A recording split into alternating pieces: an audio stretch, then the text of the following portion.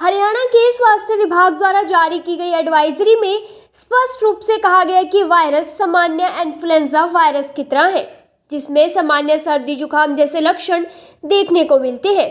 लोगों को घबराने की बजाय सतर्कता बरतने और जरूरी सावधानी अपनाने की सलाह दी गई है। एडवाइजरी में सुझाए गए सावधानी के उपायों के तहत बार बार साबुन और पानी से हाथ धोने, आंख, नाक और मुंह को छूने से बचने और खांसते या छींकते समय मुंह और नाक को ढकने की अपील की गई है। साथ ही संक्रमित लोगों से दूरी बनाए रखने और सतहों को साफ रखने का सुझाव दिया गया है। स्वास्थ्य विभाग ने सभी जिलों के अस्पतालों को निर्देश दिए हैं कि वे बुखार और सर्दी जुकाम के मरीजों के लिए अलग से व्यवस्था सुनिश्चित करें। ऑक्सीजन सिलेंडर, कंसंट्रेटर और प्रशिक्षित स्टाफ के साथ साथ पीपीई किट, N95 मास्क और जरूरी दवाओं की उपलब्धता बनाए रखने के निर्देश भी दिए गए हैं। यदि किसी को सर्दी जुकाम के लक्षण दिखे तो उसे घर पर ही रहकर आराम करने और मास्क पहनने की सलाह दी गई है। वहीं गंभीर लक्षणों की स्थिति में तुरंत डॉक्टर से संपर्क करने की हिदायत दी गई है। डॉक्टर राकेश सहल ने कहा कि HMPV वायरस आमतौर पर बिना इलाज के 2-5 दिनों में ठीक हो जाता है। हाइड्रेशन बनाए रखना और सामान्य बुखार और जुकाम की दवाओं का उपयोग इस संक्रमण से निपटने में सहायक हो सकता है। वहीं उन्होंने बताया कि अंबाला में अस्पतालों में सभी पुख्ता इंतजाम कर लिए गए हैं। देखिए, HMP वायरस का आपको पता है कि अभी तक यहाँ पे सिचुएशन बिल्कुल कंट्रोल में है, लेकिन फिर भी हमारे मुख्यालय से कल हमें एडवाइजरी मिल गई थी रात को, और उसके अंदर जो है वो काफ़ी सारी हिदायतें उन्होंने दी हैं। सबसे पहली बात है कि कोई भी ज़रूरत नहीं है पैनिक होने की।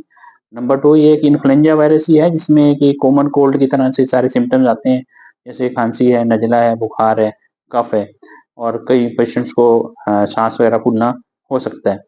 ये खांसी से और छींक मारने से क्लोज कॉन्टैक्ट्स में ही फैलती है। और लेकिन ज़्यादातर केसेस, अच्छी बात है कि ज़्यादातर केसेस जो हैं 2 से 5 दिन में ठीक हो जाते हैं, छोटी सी दवाइयों से और रेस्ट करने से। जो इसके ऊपर हिदायत दी गई हैं, उनमें से एक हिदायत ये है कि हमें कुछ प्रिवेंटिव मेजर्स लेने हैं, जैसे हाथों की सफाई रखनी है, हाथ धोने हैं, हैंडशेक से बचना चाहिए, और सैनिटाइज भी यूज़ करना चाहिए। हालाँकि सोप और वाटर से हाथ देखते रहें, और खासकर अपनी आँखों को, नोज़ को, नाक को, माउथ को अपने हाथों से टच करने से बचना चाहिए।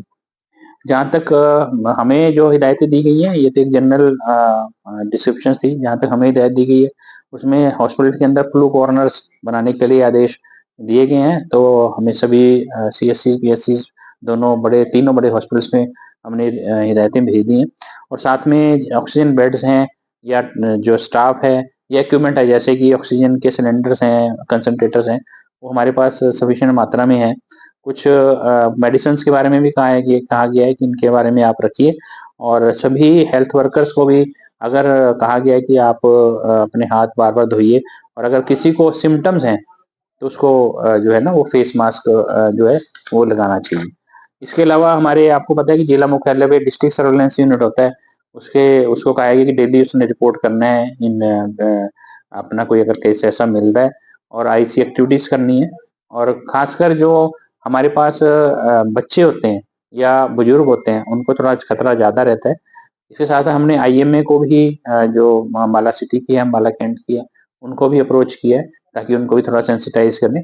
केवल एडमिशन जो है वो केवल सीरियस केसेस को ही चाहिए होती है। तो एक बार मैं फिर यही कहूँगा कि अभी कोई ज़रूरत नहीं है पैनिक होने की, ऐसा कुछ इधर नहीं है।